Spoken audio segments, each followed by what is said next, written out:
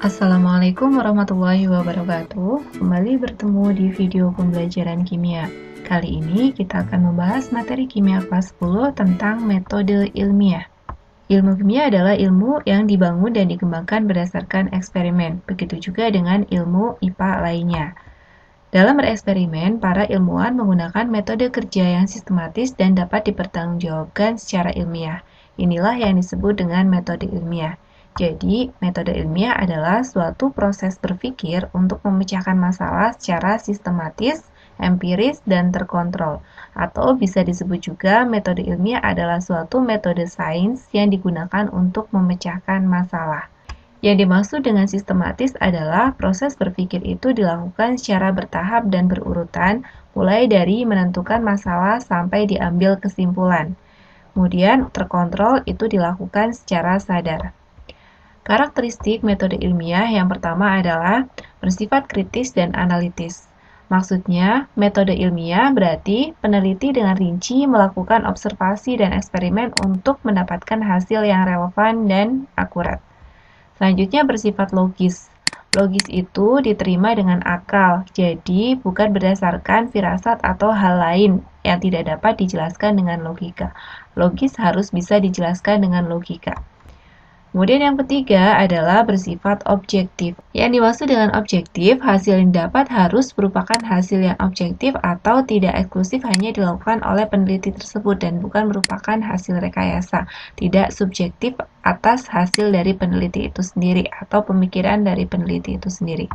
Yang keempat, bersifat empiris, didapatkan dari kejadian nyata yang benar-benar terjadi. Kemudian bersifat konseptual itu berdasarkan pada konsep atau fenomena yang ada di alam. Penelitian bukan terbatas pada fakta yang dapat dirasakan atau dilihat secara nyata, tapi juga konsep bagaimana fakta tersebut terjadi dan kaitan di antaranya. Tahapan dalam melakukan metode ilmiah yang pertama adalah merumuskan masalah, dilanjutkan dengan mengumpulkan informasi atau kerangka teori, selanjutnya merumuskan hipotesis, melakukan eksperimen atau penelitian, mengolah dan menganalisis data, menarik kesimpulan, dan melakukan publikasi hasil atau menyusun teori. Langkah yang pertama adalah merumuskan masalah. Dalam melakukan metode ilmiah, masalah yang diajukan harus berupa pertanyaan yang bisa dijawab dengan cara melakukan sebuah penelitian atau eksperimen secara ilmiah. Perlu diingat bahwa masalah diajukan dalam bentuk pertanyaan, apa, mengapa, bagaimana. Kata-kata dari masalah harus singkat, ringkas, jelas, dan mudah dimengerti, serta perumusan masalah harus dapat diselesaikan. Yang kedua adalah mengumpulkan informasi atau kerangka teori. Pada metode ilmiah, kita harus melakukan pengumpulan informasi dengan cara observasi baik itu literatur seperti jurnal ilmiah ataupun dari hasil penelitian sebelumnya. Langkah yang ketiga adalah merumuskan hipotesis. Hipotesis adalah jawaban atau dugaan sementara terhadap masalah yang masih harus kita buktikan kebenarannya melalui eksperimen atau penelitian. Untuk hipotesis, dasarnya adalah dari kerangka teori yang sudah kita temukan pada kajian teori di langkah nomor 2. Jadi bukan hanya dari pemikiran peneliti itu sendiri. Langkah keempat adalah melakukan eksperimen atau penelitian. Eksperimen dilakukan untuk menguji kebenaran dari hipotesis atau jawaban sementara yang sudah kita buat di tahapan sebelumnya. Eksperimen harus dilakukan dengan teliti sehingga didapatkan data yang akurat. Biasanya dalam melakukan eksperimen perlu adanya pengulangan. Sebelum melakukan penelitian, kita perlu menentukan variabel penelitian. Apa yang dimaksud dengan variabel penelitian? Jadi variabel penelitian ada 3 macam. Yang pertama adalah variabel bebas, kedua adalah variabel terikat, dan yang ketiga adalah variabel kontrol. Variabel-variabel ini biasanya terdapat pada judul penelitian.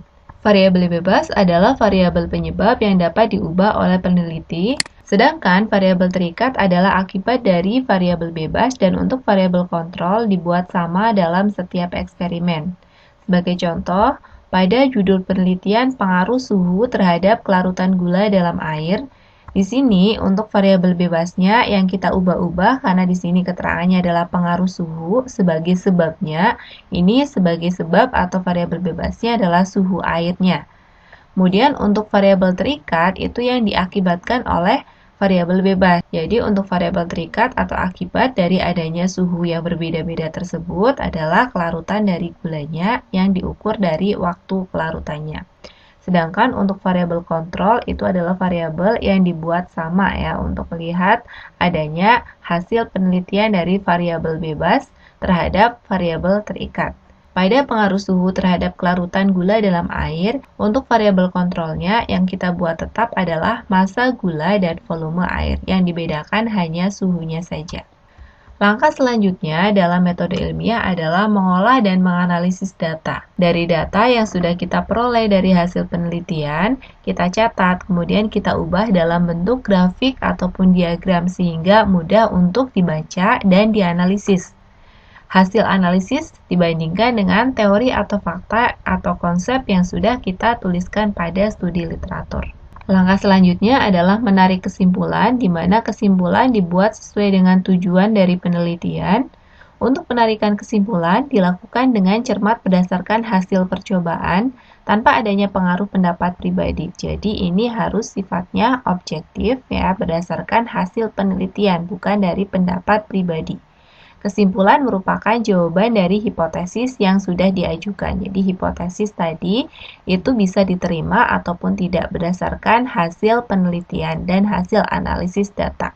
Langkah selanjutnya adalah mempublikasikan hasil penelitian. Publikasi dapat dilakukan dengan cara tertulis berupa laporan penelitian ataupun bisa disampaikan secara lisan dalam forum diskusi ataupun seminar. Publikasi ini perlu dilakukan agar hasil penelitian kita diketahui oleh pihak lain. Hasil eksperimen yang sudah dipublikasikan dalam bentuk laporan penelitian harus disesuaikan dengan sistematika dari laporan penelitian. Berikut adalah sistematikanya. Yang pertama adalah judul penelitian. Di sini memuat variabel penelitian, ada variabel bebas, terikat, dan kontrol. Kemudian kata pengantar. Ini berisi tujuan penulisan laporan dari peneliti dan ucapan terima kasih kepada pihak-pihak yang telah berkontribusi terhadap penelitian tersebut. Daftar isi, daftar tabel, daftar gambar, daftar lampiran disesuaikan dengan laporan yang kita buat. Kemudian abstrak itu biasanya berisi ringkasan isi laporan hanya berupa 1 lembar. Selanjutnya terdapat bab 1 yaitu pendahuluan berisi latar belakang masalah, rumusan masalah, tujuan penelitian, dan manfaat penelitian. Ingat, masalah yang dituliskan itu dalam bentuk pertanyaan. Selanjutnya di bab kedua adalah tinjauan pustaka atau dasar teori. Dasarnya berasal dari penemuan sebelumnya atau teori yang mendasari. Kemudian kerangka pemikiran dan hipotesis yang kita ajukan berdasarkan dari teori yang mendasari atau kerangka pemikiran yang sudah kita kemukakan. Bab ketiga berisi metodologi penelitian, berisi metode penelitian, pemilihan populasi, sampel dan teknik sampling, teknik pengumpulan data. Di bab keempat, pembahasan, membahas hasil penelitian yang sudah kita lakukan, berisi deskripsi hasil penelitiannya, analisis data penelitian, dan pembahasan. Di bab kelima, terdapat penutup yang isinya adalah kesimpulan dan saran, dan selanjutnya jangan lupa menuliskan daftar pustaka serta lampiran-lampiran yang sesuai dengan laporan penelitian tersebut. Pada metode ilmiah, kita mengenal adanya sikap ilmiah, yaitu sikap yang harus ada pada diri seorang ilmuwan atau akademisi atau peneliti ketika menghadapi persoalan ilmiah untuk dapat melalui proses penelitian yang baik dan hasil yang baik pula. Sikap ilmiah yang pertama adalah rasa ingin tahu. Seorang peneliti harus memiliki rasa ingin tahu yang tinggi.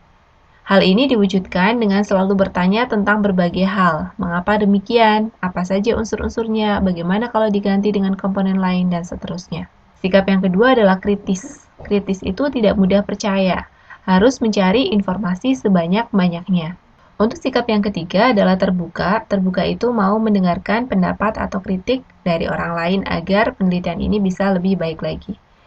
Sikap yang keempat, objektif itu apa adanya dan tidak dibarengi dengan perasaan pribadi atau subjektif. Yang kelima, menghargai karya orang lain. Ini merupakan salah satu sikap ilmiah. Jadi, kita harus menuliskan sumber secara jelas sebagai bentuk penghargaan terhadap karya orang lain. Bisa juga kita tuliskan dalam ucapan terima kasih pada kata pengantar untuk menghargai karya orang lain yang kita cantumkan pada penelitian kita. Sikap yang keenam adalah berani mempertahankan kebenaran. Hal ini diwujudkan dengan membela fakta atas hasil penelitiannya. Sikap yang ketujuh, sesuai dengan kenyataan atau jujur. Tekun, tidak mudah putus asa jika mengalami kegagalan. Sikap yang kesembilan, optimis. Seorang peneliti harus yakin dan memiliki harapan yang kuat bahwa penelitian yang dilakukan akan berhasil.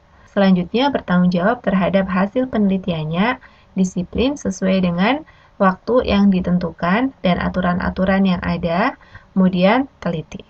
Demikianlah pembahasan mengenai materi metode ilmiah yang merupakan materi di kimia kelas 10. Semoga bermanfaat. Wassalamualaikum warahmatullahi wabarakatuh.